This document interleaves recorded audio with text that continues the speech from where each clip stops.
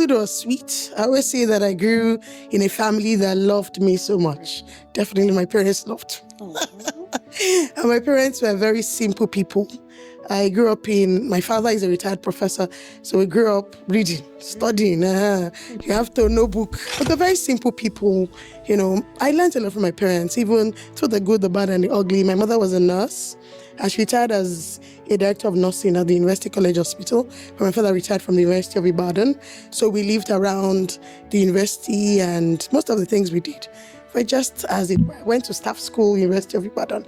And I would say staff school is the best, my God, is the best primary education anyone can get. I'm sorry about yours, but me. Oh my God, when I think about staff school, okay. I'm like, my God.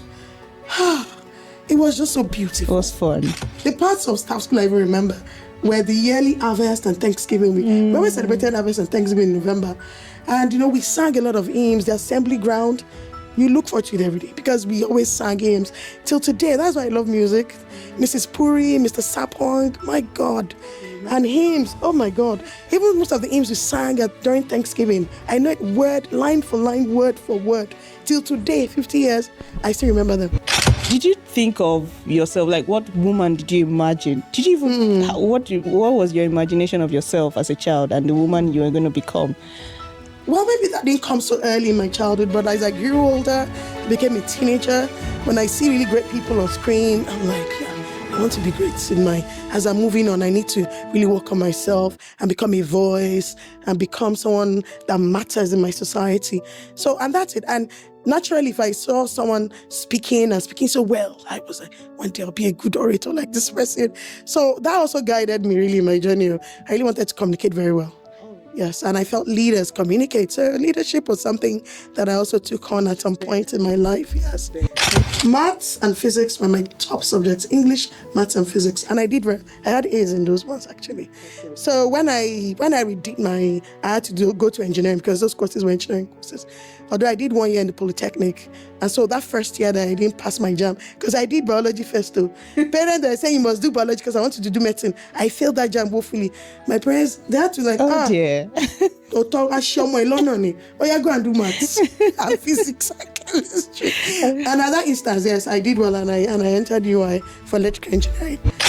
And then also, I picked up IT. So from 300 level and 400, my interest just went into IT.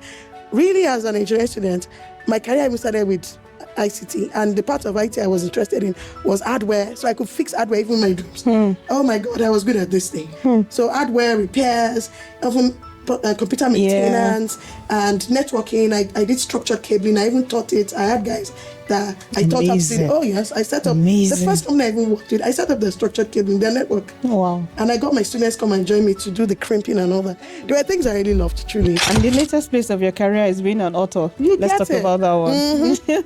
How did the authorship come about? How does it make you feel? Wow. I feel great being an author. This is my very first official book. I write, I do post, I blog, but the book From Nigeria to the World, A Beginner's Guide to Exporting, was launched, will be fully launched at my 50th birthday, but it came out into the market, like the physical hard copy came into market in February, and it's a script that was sitting in my laptop for a while. Until last year, I was like, Titi, just get a publisher and get the script out of this laptop, or else I wouldn't do anything. So I felt, well, you know what? There's a cumulative of like 16 years of work put in one book. Can you just have a product in the market, a book that someone can pick up and say, well, if you want to know what it takes to export from Nigeria to any part of the world, go and pick this book. And the 13 chapters that talks about every aspect you should know about, from your strategy to marketing to the rules, the policies, there's a whole lot. People don't care as much as you think. Trust me. Because everybody's carrying their own baggage and going now. I agree. Sometimes we are stuck with our mistakes. True. Hey, what will people say? Stay there now. True. Do you know when they say something that's finished? That's finished. In fact, somebody reminded me of something that happened several years ago. I forgot. It's totally deleted from my memory. Yeah. And I said, if this person got stuck to it, he'll just remain there. People will move on. The next day, new headline. So please don't get stuck with your mistakes. Or when you feel you're like, the whole world is on your shoulders. Forget it. And I think I want to add one thing. Yeah. Please, when you're communicating, be clear. Speak with clarity. Don't assume that people know what you are communicating, what you mean, or they know what is in your head or in your mind. True. Speak with clarity. True. Be clear about what you want. Name it if that's the case. Oh, yeah.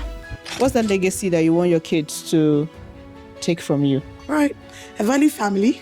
So most of you already know I have two boys, and I love my boys to pieces. Right now they're in the university and living home. Has just left my husband and I in our nests. In our nests. I realized something that, man, love yourselves as a couple. I'm just saying it because sometimes we hide behind the children. You'll be hiding. Now the children are gone. Now me and Mr. Ojo, they look at us. How has that been? Just oh my God. Do you know that if you're not be communicating well with each other, it will not show very well. Hey, the lovey that you never did, you see now you want to start cultivating it when it's just both of you alone. I learned that. Oh, I learned it like, wow. Because at the end of the day, it will be just you and your husband, or you and your wife. I mean, who are the people who have, in your journey, have really inspired you, mentored you, supported you, encouraged you in one form or the other? So I think the first person is Dr. Michael Motocho. He's late now. I met him in Toastmasters, and he mentored me through my Toastmasters journey, truly. And was someone that really believed in me. And was a great man, truly. He was. I saw him as someone that was just larger than life. And I always wondered, how did he make so much fame and fortune? Mentoring people I think is a plan of God for every one of us, truly. To mentor others, especially when we've gained a lot in this life. We've built ourselves to a certain stage. How do we move or pass the baton to the next generation? It's very selfish of anyone to be gaining so much knowledge, so much skill, so much prominence, and not even able to handle someone. No, selfishness. I like to see people succeed anyway. Sure. It's important. Sure. It's important. It is. Especially when you also have something that person needs. Why not just pour into them? And that's why Titi Ojo Foundation was founded. Right. Because youth mentorship for me is a big thing. It's kind of weird because to sit there is like this. I beg. So just leave me in my tummy. Thank you very much. Today I was watching they were carrying this out of her car because she was wearing corset. I said, hey, what kind of life is this one? Pico, anything that will take my comfort, I'll begin to give me a headache, please. I don't want it. Corset, okay. I will be walking now until this time it goes in, but that corset, Pico, leave it out of my life. So I feel good. Now. Hey. So good. That's what I feel, I feel good. I feel good. That's it.